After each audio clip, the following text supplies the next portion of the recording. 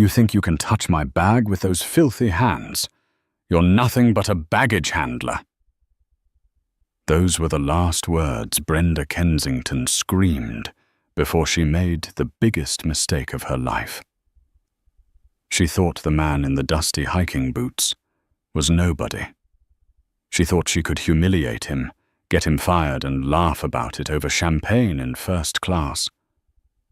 But she didn't know that the baggage handler she just spat on actually owned the airline she was flying on.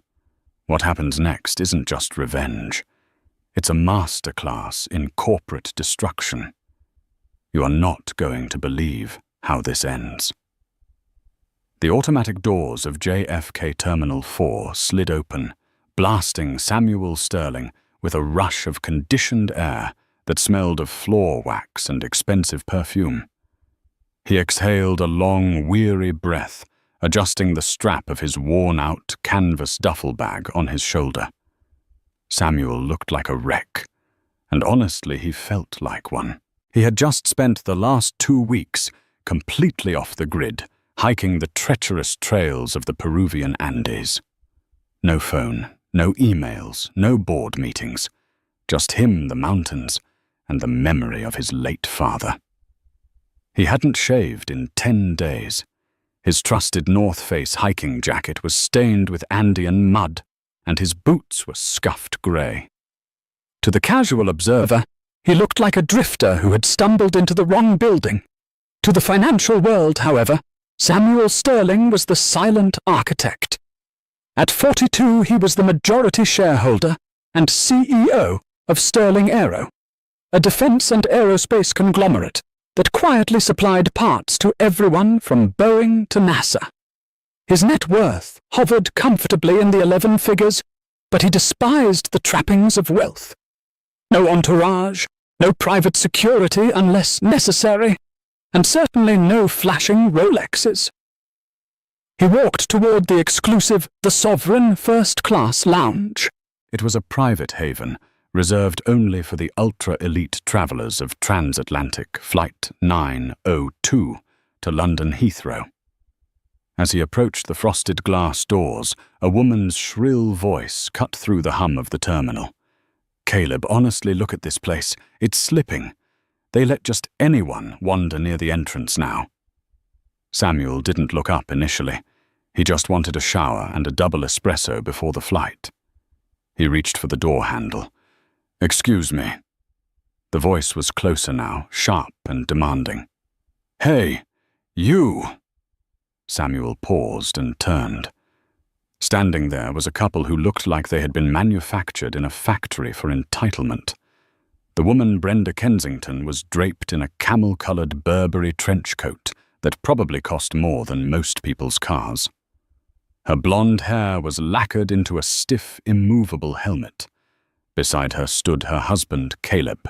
He was wearing a suit that was too tight, typing furiously on a BlackBerry, who still used those, and looking bored. "Are you talking to me?" Samuel asked, his voice raspy from disuse. Brenda scoffed, looking him up and down with visceral disgust. "Obviously. The service entrance is that... wait, this is for passengers. Paying passengers." Samuel blinked, amused, despite his exhaustion. "I know where I am." "Then move," Caleb snapped, finally looking up from his phone. "We have bags to check. Don't just stand there gawking. Grab the Louis Vuitton, and be careful with it. It's vintage." Samuel stared at them. They thought he was a porter. "I'm not a porter," Samuel said calmly. "I'm on the flight." Brenda burst into a high-pitched, mocking laugh. She turned to the line of people forming behind them, businessmen in suits, families going on vacation, seeking an audience for her cruelty. "Did you hear that, Caleb? He thinks he's on the flight. What in the cargo hold? Are you stowing away with the pets?" She stepped closer, her expensive perfume clashing with the smell of stale coffee in the air. "Listen, honey, this is the Sovereign Lounge. The membership fee alone is $20,000 a year. You look like you couldn't afford a sandwich at the food court." "Brenda, don't waste your breath," Caleb sneered. He's probably high. Just call security." Samuel didn't budge. He felt that familiar coldness settling in his chest, the same ice-cold resolve he used when tearing apart a competitor's hostile takeover bid. "I suggest you step aside," Samuel said, his voice dropping an octave. "You're blocking the entrance." "You want me to move?" Brenda shrieked, her face flushing red. She swung her handbag deliberately, knocking it into Samuel's chest. "You dirty, disgusting little man." "Where is the manager? Greg?" She screamed the name like a summons. From behind the sleek marble reception desk of the lounge, a man hurried out. Greg Miller, the lounge manager. Samuel recognized him immediately, though Greg clearly didn't recognize the scruffy man in front of him.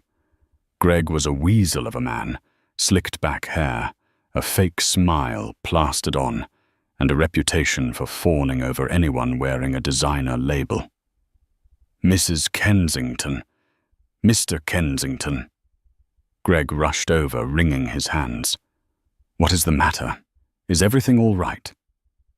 "Does it look all right, Greg?" Brenda pointed a manicured finger at Samuel's face. "This hobo is harassing us. He refused to take our bags, then he claimed he was a member, and now he's blocking our way. It's terrifying. I feel threatened." Greg turned on Samuel instantly. The customer service smile vanished, replaced by a sneer of absolute contempt. "Sir, you need to leave immediately," Greg barked. "I have a ticket," Samuel said, reaching into his jacket pocket.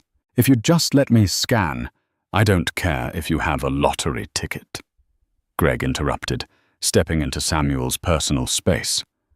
"This is private property. You are disturbing our VIP guests. If you don't turn around and walk away right now, I am calling the airport police and having you arrested for trespassing and harassment." Samuel looked at Greg. He looked at Brenda, who was smirking triumphantly. He looked at Caleb, who was back on his phone, muttering about peasant problems. Samuel slowly withdrew his hand from his pocket. He held the black titanium boarding pass, an invite-only tier, hidden in his palm. He decided right then. Not yet. If he showed it now, they would just apologize insincerely. He wanted to see how deep this rot went. "Fine," Samuel said softly. "I'll go." "And take a shower," Brenda yelled after him as he turned away. "You smell like a wet dog." Greg bowed to the Kensingtons. "So sorry about that, Mrs. Kensington. Please come in, champagne is on ice." Samuel walked away, but he didn't leave the terminal. He walked to the nearest bathroom, washed his face, and stared at himself in the mirror. He pulled out his phone, a satellite-encrypted device, and dialed a single number. "This is Sterling," he said when the line clicked open. "I need the personnel file for a Greg Miller, JFK Sovereign Lounge manager. And get me everything you have on a Caleb and Brenda Kensington. I want to know who they work for, who they bank with, and what they're doing in London. I have 10 minutes before boarding." The voice on the other end didn't ask why.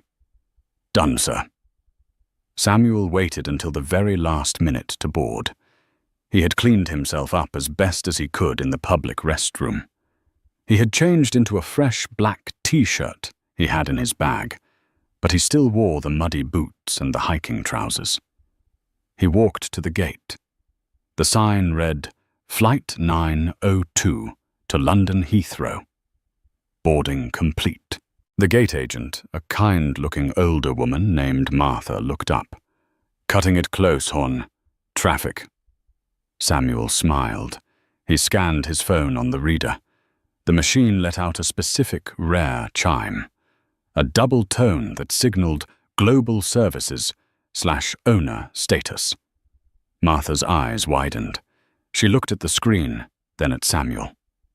Mr. Sterling. "Oh my goodness, we weren't expecting you to be dressed so comfortably." It's been a long week, Martha, Samuel said, putting a finger to his lips. Do me a favor. Don't announce me. Just let me slip into my seat. 1A right. Of course, Mr. Sterling. Of course.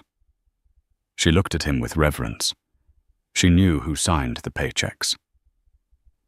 But, just a heads up, the cabin is full, and, well, seat 1B and 1C are a bit lively today. The Kensingtons, Samuel guessed. You know them. We've met, Samuel said dryly. Don't worry, Martha. It's going to be a very interesting flight. Samuel walked down the jet bridge. The plane was a Boeing 787 Dreamliner, one of the jewels of the fleet. A fleet he had personally designed the turbine schematics for. He stepped onto the plane. The flight attendants were busy prepping the cabin. He kept his head down and turned left into first class. The first-class cabin was the epitome of luxury. Private pods, lie-flat beds, a stand-up bar. And there, sitting in the center pair of seats, were Brenda and Caleb. They were already 3 glasses of champagne deep. Caleb was loud-talking to someone on his phone. Yeah, the merger is in the bag, Dave. I'm telling you, this Sterling company is desperate. We're going to gut them. Strip the assets, fire the engineering team, and outsource the rest to Bangalore. I'll make a cool $4 million on the stock options alone. Samuel froze. Sterling Company. His blood ran cold. He knew exactly who Caleb was now. Caleb Kensington was the VP of acquisitions for Omnicorp, a rival conglomerate that had been trying to buy out a subsidiary of Samuel's company for months. The deal was supposed to be a partnership, a merger of equals to build better engines. But Caleb just admitted to a gut and run. They weren't planning to build. They were planning to destroy Samuel's life's work for a quick stock payout. Samuel gripped the strap of his bag tighter. This wasn't just about an insult in a lounge anymore. This was war. He walked past them toward seat 1A, the window seat directly next to Brenda, across the aisle. Brenda looked up as he approached. Her jaw dropped. No, she gasped. You have got to be kidding me. Caleb looked up, pulling the phone away from his ear. What the hell is he doing here? How did he get past security? Samuel ignored them. He lifted his duffel bag to place it in the overhead bin. Hey! Caleb stood up, blocking the aisle. Put that down. You are not putting that filthy bag next to my Toomey luggage. It's an overhead bin, Samuel said, his voice deadly calm. It's shared space. Stewardess! Brenda screamed, slamming her hand on the call button. Stewardess! A flight attendant. A young woman named Jessica, who looked terrified, rushed over. Yes, Mrs. Kensington. Get him out, Brenda hissed, pointing a trembling finger at Samuel.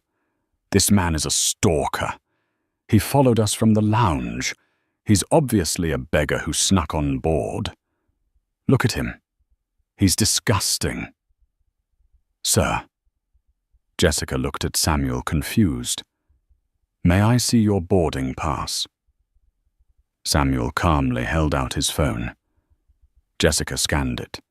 The device in her hand beeped. She looked at the screen and her face went pale. She saw the name. Samuel Sterling. She opened her mouth to speak, to apologize profusely, but Samuel caught her eye. He gave her a microscopic shake of his head. Don't. Jessica swallowed hard. She was smart. She realized something was happening. The boarding pass is valid, Mrs. Kensington. He is in seat 1A. Valid? Caleb roared. He probably stole it or hacked it. Look at his shoes. You're telling me this bum can afford a $12,000 ticket? I used miles, Samuel deadpanned. Miles. Brenda laughed, a cruel hyena-like sound. From what, walking? I want the captain, Caleb demanded, puffing out his chest. I am a platinum member. I know the CEO of this airline, personally. I play golf with him. If you don't remove this trash immediately, I will have your job, and I will have him arrested when we land. Samuel sat down in his seat, buckling his belt. He looked Caleb dead in the eye. You play golf with the CEO? Samuel asked. Every Sunday. Caleb lied smoothly. We're close friends, so last chance baggage boy. Get up and walk away, or your life is over. Samuel smiled. It was a shark's smile. Call him, Samuel said. What? Caleb blinked. Call the CEO, Samuel challenged, if you're close friends. Call him right now. Tell him a man in muddy boots is in seat 1A. Caleb turned red. I can't call him right now. He's probably busy. I'll wait, Samuel said, reclining his seat. But you better sit down, Caleb. We're pushing back. The plane jolted. The engines. Samuel's engines roared to life. The Kensingtons huffed, furious and impotent, and sat down. This isn't over, Brenda hissed across the aisle. You sleep with one eye open, creep. When we get to London, you're dead meat. Samuel closed his eyes. We'll see, Brenda. We'll see. The seatbelt sign pinged off as the Boeing 787 reached a cruising altitude of 38,000 feet over the Atlantic. The cabin lights dimmed to a soft, relaxing violet hue, but the atmosphere in row 1 was anything but relaxing. Samuel Sterling had opened his laptop, a battered, sticker-covered ThinkPad that looked ancient but housed a terabyte of encrypted military-grade data. He was working on the schematics for a new hyper-efficient turbine blade, trying to lose himself in the math. But it was impossible to ignore the couple across the aisle. Caleb Kensington had ordered a double scotch before the wheels had even retracted. Now he was loosened up, loud and incredibly indiscreet. He treated the first-class cabin like his personal conference room, oblivious to the fact that his enemy was sitting 3 feet away. Listen to me, Mike, Caleb barked into the plane's satellite phone handset, having switched from his mobile. The Sterling Aero valuation is going to tank by Friday. I've made sure of it. I've got a guy in their supply chain, name's Patterson, who's going to leak a report about faulty rivets. It's total hogwash, obviously, but the market will panic. The stock drops 15%. We trigger the buyout clause, and we own their IP for pennies on the dollar. Samuel's fingers hovered over his keyboard. Patterson. He knew Patterson. He was a mid-level logistics manager in the Ohio plant.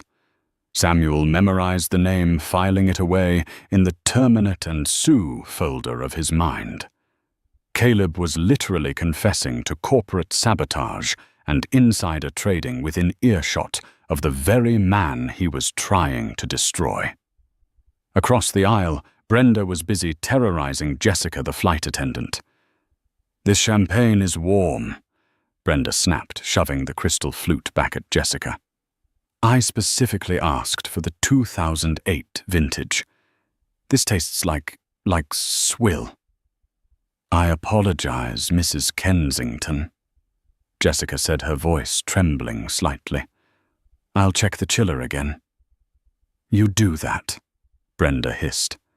She turned her eyes toward Samuel, who was sipping a glass of sparkling water.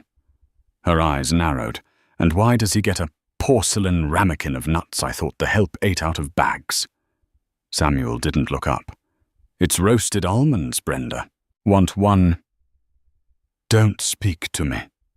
She recoiled, pulling her cashmere blanket up, as if his voice carried a disease.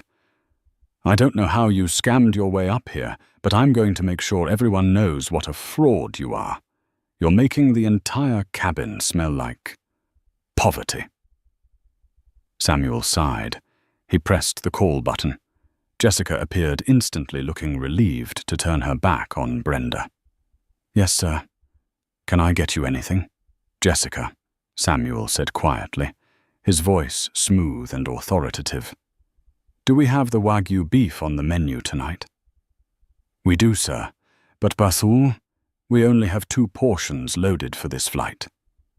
"I'll take one," Samuel said. "Medium rare, and bring a bottle of the Chateau Margaux, the one you keep in the captain's reserve locker." Brenda's ears perked up. "Excuse me. Reserve locker, I want that wine." Jessica stiffened. "I'm sorry, Mrs. Kensington. That wine is strictly by request of the airline's VIPs, and we only have 1 bottle." "And you're giving it to him?" Brenda shrieked, causing a businessman in row 2 to groan audibly. "He probably doesn't even know what it is. He'll probably mix it with Coke. I demand that bottle." "It's already been allocated to seat 1, ma'am," Jessica said firmly. A spark of defiance in her eyes. She knew who Samuel was now. She had checked the manifest 3 times. She was enjoying this. "This is racism," Caleb yelled, slamming the phone down. "That's what this is, reverse discrimination. You're giving the good stuff to the diversity hire just to look woke. I'm writing a letter to corporate." "Right, too," Samuel said, returning to his laptop. 2 hours passed. The cabin was dark. Most passengers were sleeping. Samuel had dozed off, his hoodie pulled over his eyes. Suddenly, a piercing scream shattered the silence. "My watch! He stole it!" Samuel snapped awake. The lights flooded on, blindingly bright. Brenda was standing in the aisle, pointing a shaking finger at him. She was hysterical. "My Patek Philippe! It was on my tray table. I took it off to moisturize, and now it's gone." "He took it." Caleb jumped up, eyes bleary with whiskey. "What, he stole your watch?" "I saw him." Brenda lied, tears streaming down her face, an impressive performance. "I woke up and he was reaching over the aisle. I thought he was just being a creep, but he grabbed it." "He's a thief." The cabin was in chaos. The purser, a stern man named Robert, came running. "Mrs. Kensington, please lower your voice." "Don't tell me to lower my voice," she screamed. "That watch is worth $80,000. That dirty animal stole it. Search him. Search him. Right now." Samuel sat perfectly still. He knew exactly where the watch was. He had seen Brenda knock it off her table with her elbow 20 minutes ago. It had slid down the side of her seat, wedged between the cushion and the fuselage. But he didn't say that. Not yet. "Sir." Robert turned to Samuel, looking pained. "I am so sorry, but did you see Mrs. Kensington's watch?"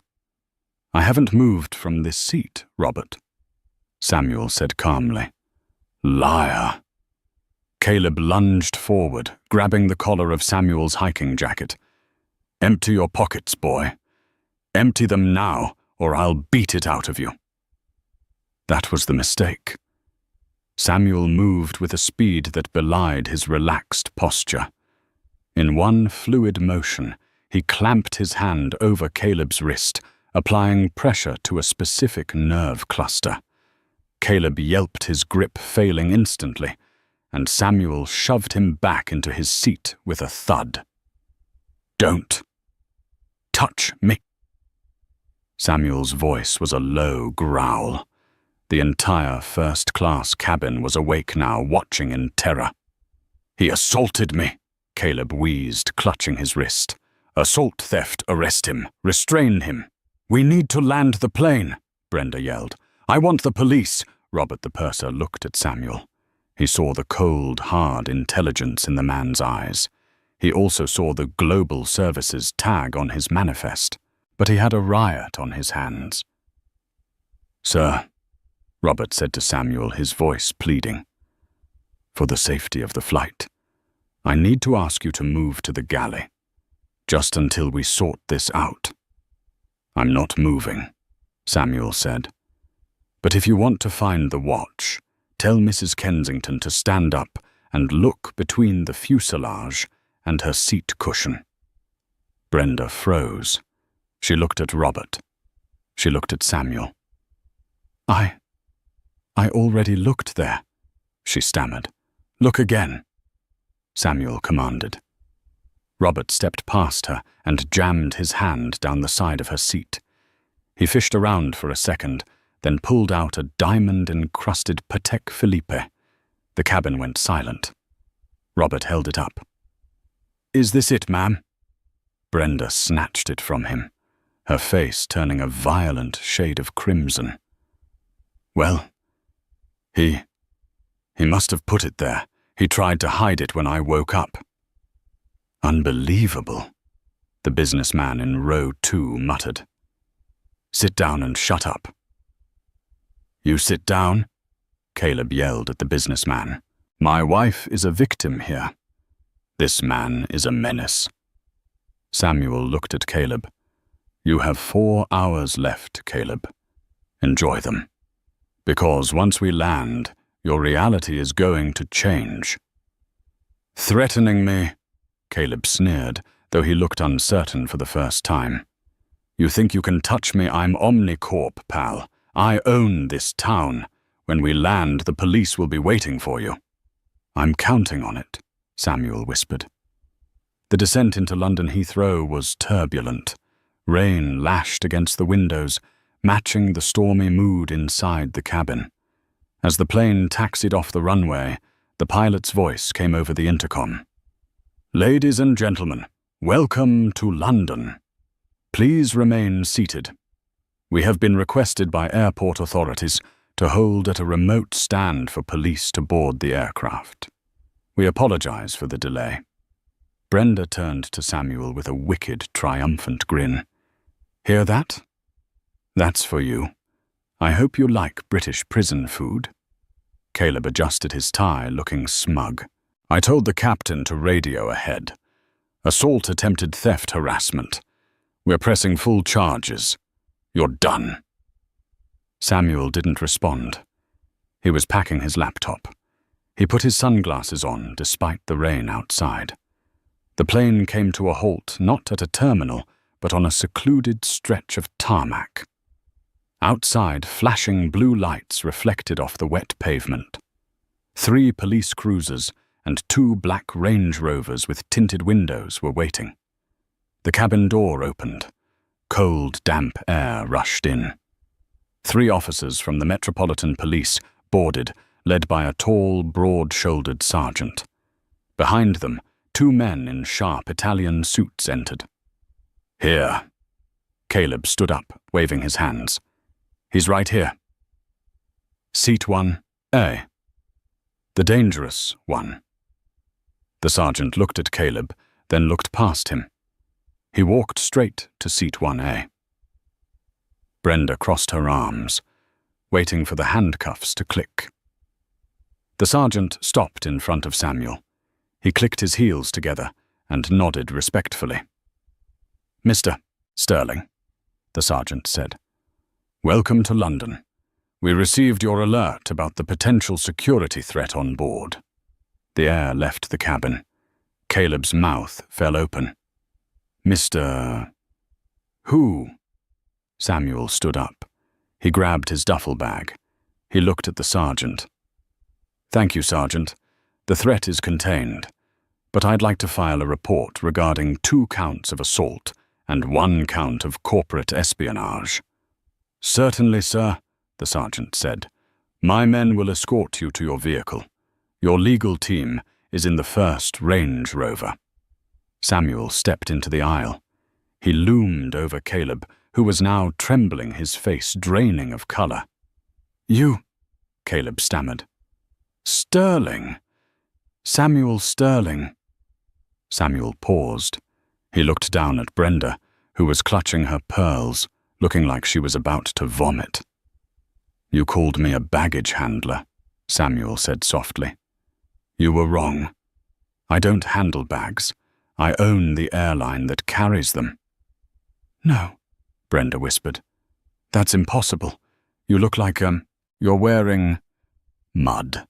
I was hiking, Samuel said. It's called a vacation. You should have taken one, because after today, neither of you will be able to afford a plane ticket again. Samuel turned to the two men in suits who had boarded behind the police. One of them was Richard Halloway, the chief legal officer for Sterling Aero. Richard, Samuel said. Sir. Richard handed Samuel a thick blue folder. We heard the comms. We have the injunctions ready. Good. Samuel took the folder. He turned back to Caleb. Caleb, you mentioned a man named Patterson and a plan to leak false safety reports to tank my stock. Caleb's eyes bulged. I was joking. That was locker room talk. It was recorded. Samuel tapped the small, discreet GoPro camera clipped to the strap of his duffel bag, something Caleb had mistaken for a luggage tag. And you said it on a satellite frequency monitored by the CAA and the FAA. That's federal wire fraud, stock manipulation, and conspiracy. Samuel dropped the blue folder onto Caleb's lap. It was heavy. You're served, Samuel said. My lawyers will see you in court, and your boss, the CEO of Omnicorp. He's on video call in the car outside. He wants to have a word with you about why his merger just imploded. Samuel turned and walked toward the door. Wait, Brenda screamed, grabbing Caleb's arm. You can't do this, and we're Platinum members. We have rights. Officer, Samuel called back over his shoulder without stopping. These two individuals admitted to assaulting a passenger and creating a disturbance. I believe they need to be processed.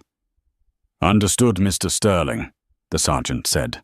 He turned to Caleb and Brenda, his face grim. Mr. and Mrs. Kensington, please stand up.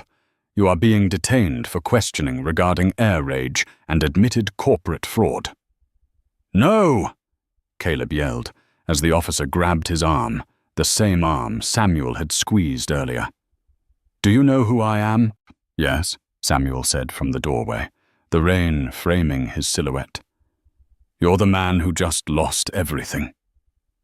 Samuel walked down the stairs to the waiting Range Rover. A uniformed chauffeur held an umbrella for him. He didn't look back as the police began to drag a screaming Brenda and a weeping Caleb off the plane right in front of the passengers they had tried to impress.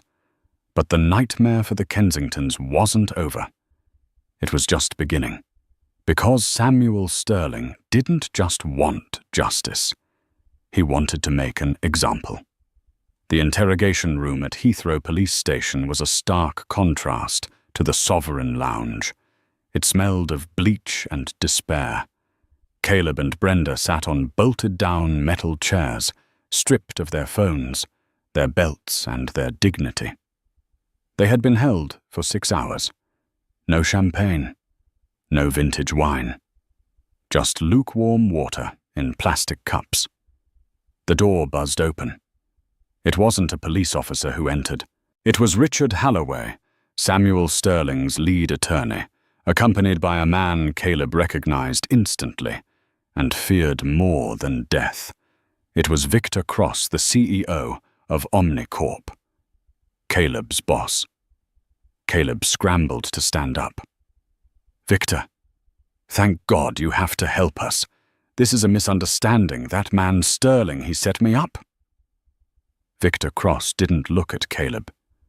He looked at the wall, his face a mask of cold fury. He placed a tablet on the metal table and slid it across to Caleb. Press play, Victor said. Caleb's trembling finger hit the screen. It was a video file. The angle was from below, from the GoPro on Samuel's bag. The audio was crystal clear. The Sterling Aero valuation is going to tank by Friday. I've got a guy. Patterson. Faulty rivets. Total hogwash. I'll make a cool $4 million.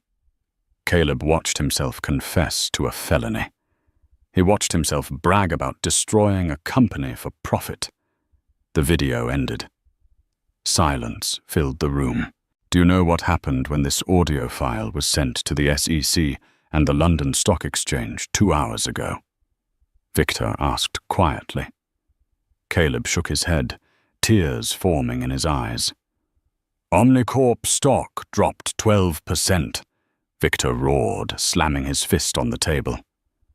12% billions of dollars in market cap wiped out in an hour because my VP of acquisitions is a loose-lipped moron who shouted his illegal plans in the middle of a first-class cabin. I was just... You are fired, Victor spat. Effective immediately. But that's the least of your problems. We are stripping you of your unvested options. We are suing you for breach of contract and fiduciary negligence.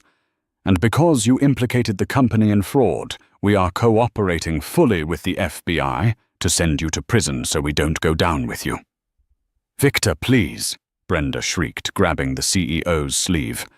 We have a mortgage. We have the Hamptons house. You can't do this.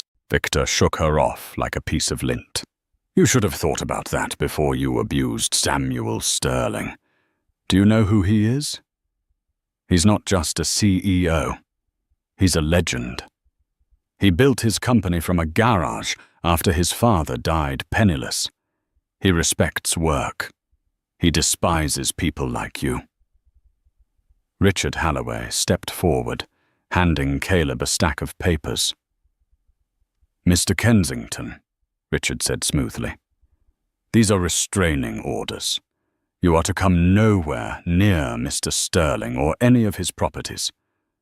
Furthermore, Mr. Sterling has filed a civil suit for defamation and emotional distress.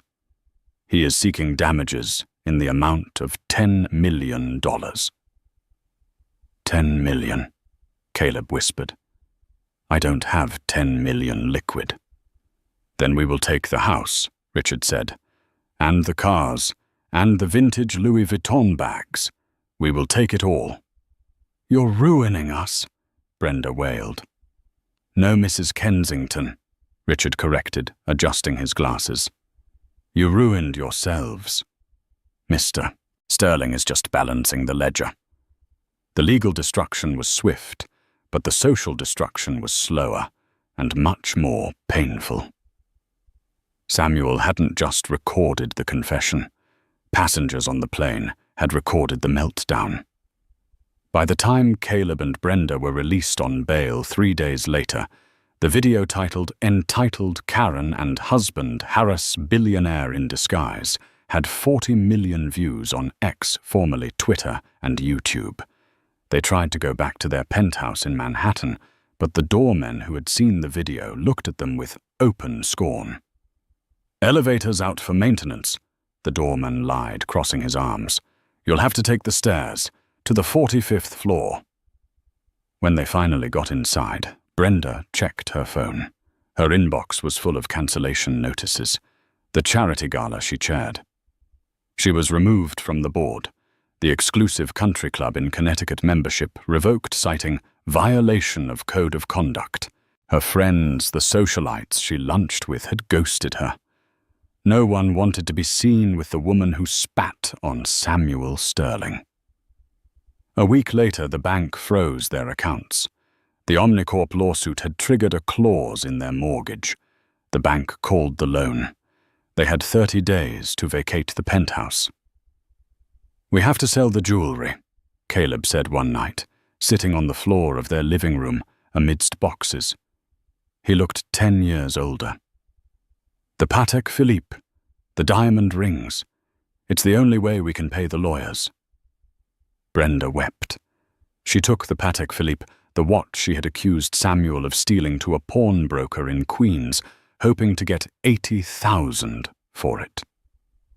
The pawnbroker, a gruff man named Sal, looked at it under a loupe. He looked at Brenda. He recognized her from the viral video. I'll give you $5,000, Sal said. It's worth 80, Brenda screamed. Not with the bad juju on it, lady. Sal shrugged. Take it or leave it. I saw how you treated that guy. Karma's a witch, ain't it? She took the $5,000. It barely covered the retainer for their criminal defense attorney. 6 months later, the plea deal came through. To avoid 5 years in federal prison for securities fraud, Caleb had to plead guilty pay, a massive fine that wiped out his remaining savings, and accept a lifetime ban from working in the financial sector. They were free, but they were destitute. They moved into a cramped one-bedroom apartment in a run-down neighborhood in New Jersey. The walls were thin, the heating was loud, and the view was of a brick wall. Brenda had to get a job. The only place that would hire her was a call center for customer complaints. Every day, people yelled at her, demanded managers, and treated her like she was nothing. Every day, she tasted a small spoonful of the poison she used to feed others. Caleb, the former master of the universe, couldn't get a job anywhere. His face was too recognizable, his name too toxic, until he found one opening. The wind on the tarmac at JFK International Airport in mid-December didn't just blow, it bit. It carried the metallic taste of jet fuel and the stinging grit of de-icing fluid, whipping across the miles of concrete with nothing to stop it until it hit human skin. Caleb Kensington shivered violently inside his neon orange safety vest. The vest was 3 sizes too big a hand-me-down from a previous employee who had quit after a week. Underneath, Caleb wore a mismatched collection of layers, a stained hoodie he had bought at a thrift store, a flannel shirt that had thinned at the elbows, and thermal underwear that had lost its elasticity. He stomped his feet, trying to force feeling back into his toes. His boots, cheap rubber-soled knockoffs he'd picked up at a discount mart, had developed a hairline crack in the left sole 2 days ago. Now every step on the slushy, wet tarmac sent a jolt of freezing water soaking into his sock. It was a specific, relentless kind of torture that made him want to scream. But he didn't scream. He couldn't afford to. "Kensington, quit dancing and check the hydraulics on the tug. We got a heavy coming in." The voice belonged to Russo, the ramp supervisor. Russo was a man built like a vending machine, with a neck as wide as Caleb's thigh and a temperament that swung between aggressive and explosive. Russo didn't know Caleb was once a vice president of acquisitions. Russo didn't know Caleb used to wear suits that cost more than Russo's car. To Russo, Caleb was just new guy, or worse, soft hands. "I checked it, Russo," Caleb yelled back. His voice swallowed by the roar of a 737 taking off nearby. "Fluid levels are fine." "Don't tell me, show me," Russo barked, spitting a glob of tobacco onto the freezing ground. "And zip up that vest. You look like a bag of trash that fell off a truck." Caleb grit his teeth, his jaw aching from the cold. A year ago, if someone had spoken to him like that, he would have had them fired before they finished the sentence. He would have snapped his fingers, and security would have escorted them out. Now he just zipped up the vest. He climbed onto the driver's seat of the baggage tug. The vinyl seat was cracked and frozen hard as rock. His back seized up immediately, a dull, throbbing fire in his lumbar spine. He had thrown it out 3 months ago, lifting a heavy golf bag. Ironic, he thought bitterly, and had no health insurance to see a chiropractor. He just lived with the pain. It was his constant companion, a reminder of every mistake he had made. "All right, listen up." Russo's voice crackled over the walkie-talkie clipped to Caleb's chest. "Flight 902 from London Heathrow. Heavy load. Full first-class cabin. Lots of priority tags. I want those bags on the belt in 15 minutes. If the VIPs wait, you don't get paid. Clear. Flight 902. Caleb felt the blood drain from his face, leaving him colder than the wind ever could. He knew that flight number. It was the flagship route, the transatlantic service, the Dreamliner. It was the flight. A year ago, almost to the day, he had sat in seat 1B on that plane. He had drunk champagne. He had laughed at a man in hiking boots. He had felt like a god. Now he was the guy who had to crawl into the belly of that same plane and haul out the luggage of the people who had replaced him. The massive Boeing 787 Dreamliner appeared out of the grey, overcast sky, its landing lights cutting through the gloom. It touched down with a screech of rubber and a roar of reverse thrusters that shook the ground beneath Caleb's tug. He watched it taxi toward them. It was a beautiful machine. Sleek, powerful, an engineering marvel. And he knew with a sick feeling in his gut who had designed the engines that powered it. Samuel Sterling. The name haunted him. It was on the news constantly. Sterling Aero stock was up 40%. Samuel had just been named Innovator of the Year by Time magazine. Meanwhile, Caleb had been blacklisted from every financial institution in New York. The fraud conviction meant he couldn't even get a job as a bank teller. He was radioactive. The massive plane ground to a halt at the remote stand. This wasn't a gate arrival. The terminal was overflowing due to the holiday rush, so Flight 902 was parking on the tarmac. Passengers would be bussed in. Except for the VIPs. Caleb watched as a sleek black town car, a Mercedes Maybach, glided onto the tarmac, escorted by an airport security vehicle. It rolled silently past Caleb's rusted, rattling baggage tug and came to a stop near the front air stairs. "Kensington!" Russo yelled, slapping the side of the tug. "Wake up! Get the belt loader in position. Front hold, now." Caleb snapped into gear. He drove the tug toward the nose of the plane, maneuvering the belt loader into position under the forward cargo door. His hands, wrapped in thin, frayed wool gloves, were numb. He fumbled with the controls, his fingers stiff and clumsy. "Careful," Russo screamed. "You scratch that paint and I'll sell your kidneys to pay for it." Caleb aligned the belt. The cargo door hissed open. The warm, stale air from the luggage hold hit his face, the smell of other people's travels. He began the work. It was brutal rhythm. Grab a bag, check the tag, heavies to the bottom, priority to the top. Thud, slide, thud, slide. His shoulders burned. His breath came in ragged clouds of steam. Above him, the passenger door opened. The flight attendant, smiling fresh warm, stepped out onto the platform. Then the passengers began to descend the stairs to the waiting luxury buses. Caleb kept his head down. He didn't want to see them. He didn't want to see the businessmen in their cashmere coats, checking their phones, complaining about the weather. He didn't want to see the wives with their jewelry. He didn't want to see the reflection of his former self. "Hey, watch it."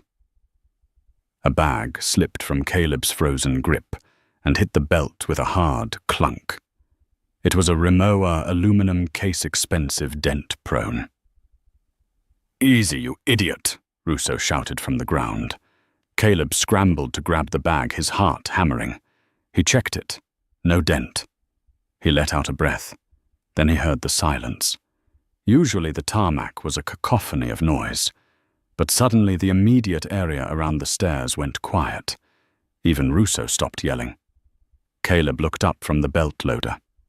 The Mercedes Maybach door was being held open by a driver, but the passenger hadn't gotten in yet. Standing at the bottom of the stairs, directly in Caleb's line of sight, was a man. He was wearing a charcoal wool overcoat that fit him perfectly, the collar turned up against the wind.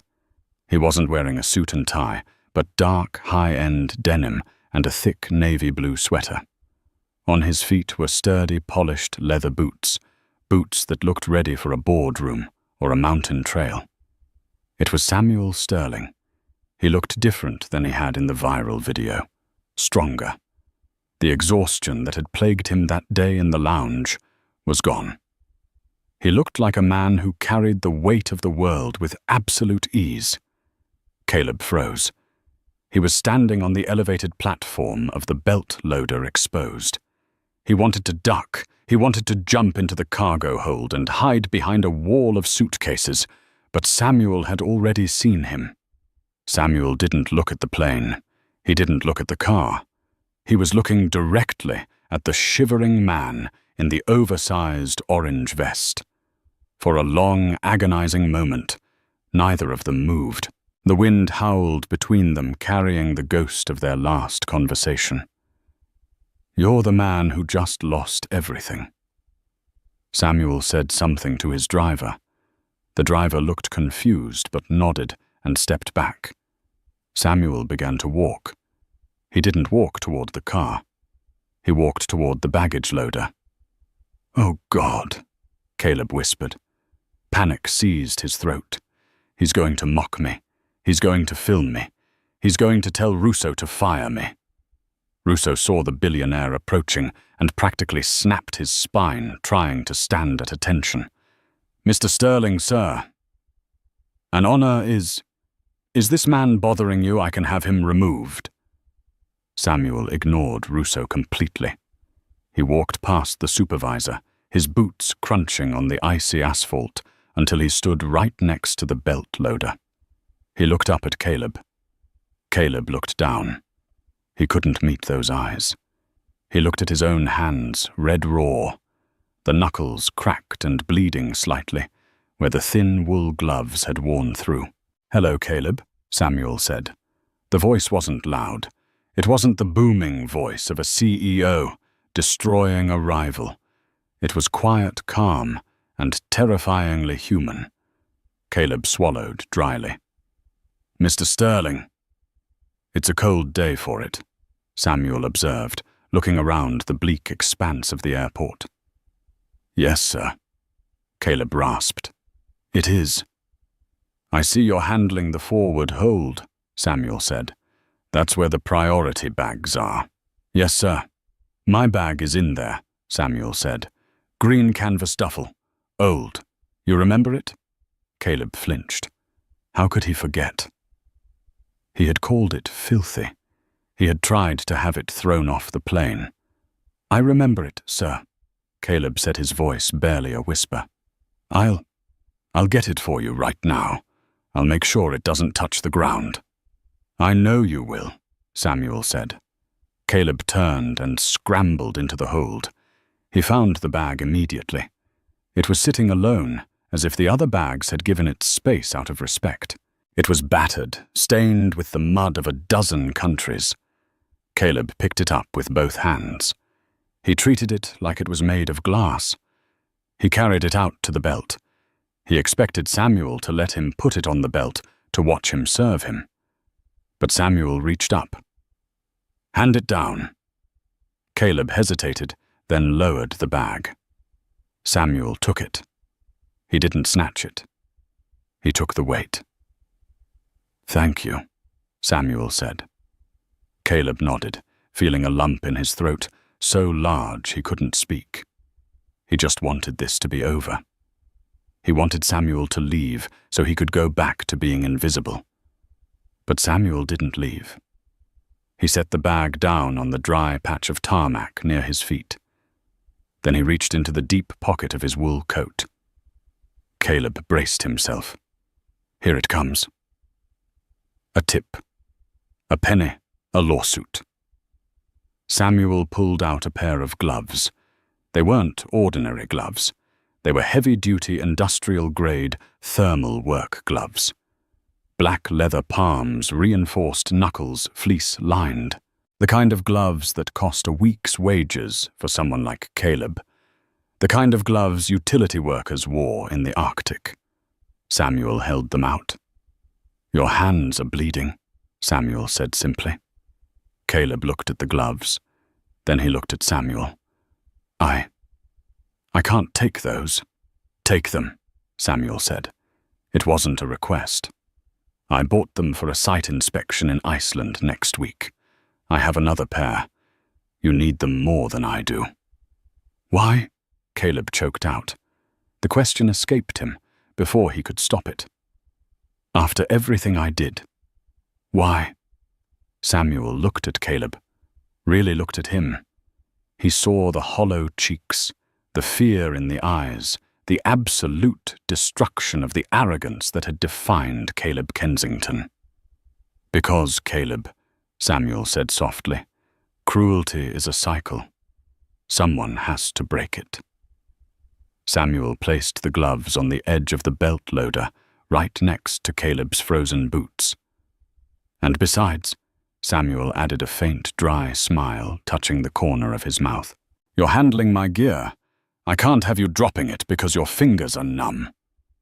Samuel picked up his duffel bag, slung it over his shoulder, just like he had that day in the lounge, and turned away.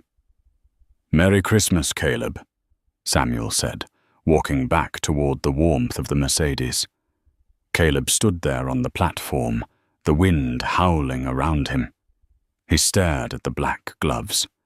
Slowly, with trembling hands, he peeled off his shredded wet wool gloves. He threw them into the trash bin, strapped to the side of the loader. He picked up the gloves Samuel had given him. They were still warm from being in Samuel's pocket. He slid his hands into them. They fit perfectly. The fleece lining was soft, and for the first time in 4 hours, the biting pain in his fingers began to recede. Kensington, Russo yelled from the ground. Stop staring at the limo and get back to work. We got 50 more bags. Caleb watched the Mercedes drive away, disappearing into the mist of the tarmac. I'm on it, Russo, Caleb said. His voice was stronger this time. He turned back to the conveyor belt. He grabbed a heavy Samsonite suitcase. He lifted it. It was still heavy. The wind was still cold. He was still broke, disgraced, and alone. But as he worked, the warmth from the gloves spread through his hands, up his arms, and settled somewhere in his chest. It was a strange feeling. It wasn't happiness. It wasn't redemption. It was humility. Caleb Kensington, the man who once thought he owned the sky, tightened his grip on the baggage of strangers, and for the first time in his life, he did an honest day's work. And that is how the man who thought he ruled the world ended up serving the man he tried to crush. It's a brutal reminder that status is temporary, but character is permanent. Caleb and Brenda Kensington thought their bank account gave them the right to treat people like trash, but they learned the hard way that you never know who you're talking to. The baggage handler you mock today might be the one signing your termination letter tomorrow.